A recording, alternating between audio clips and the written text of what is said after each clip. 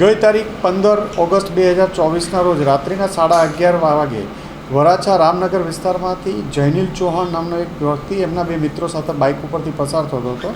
એમની આગળના ભાગમાં એક મોટરસાઇકલ અને એક એક્ટિવા બંને સરપાકારે ચલાવતા હોય, જેથી જૈનિલે 3થી એની પાછળ હોર્ન કન્ટિન્યુ વગાડ્યા હોય.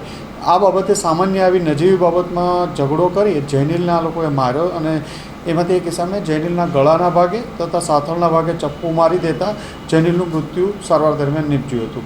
જે બાબતે વરાછા પોલીસ સ્ટેશનમાં વણશોધાયેલ ખૂનનો અનડિટેક્ટ ખૂનનો ગુનો દાખલ કરવામાં આવ્યો હતો. ક્રાઇમ બ્રાન્ચ, વરાછા પોલીસ વગેરે આ ગુનાની તપાસમાં રાખેલા હતા.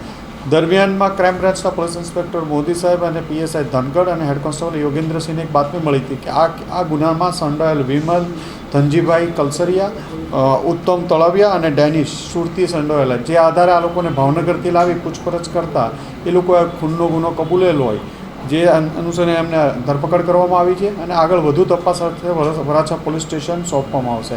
આ તમામ જે ત્રણેય માણસો પકડાયેલા છે એમના વિરુદ્ધ અલગ અલગ ગુનાઓ નોંધાયેલા છે. રાયોટિંગ, હથિયાર ધારાના વેપન, આપણે ચપ્પુ સાથે પકડાયેલાના ભૂતકાળમાં અમરોલી અને અલગ અલગ પોલીસ સ્ટેશનોમાં ગુનાહિત રેકોર્ડ ત્રણેય વ્યક્તિઓ ધરાવે છે.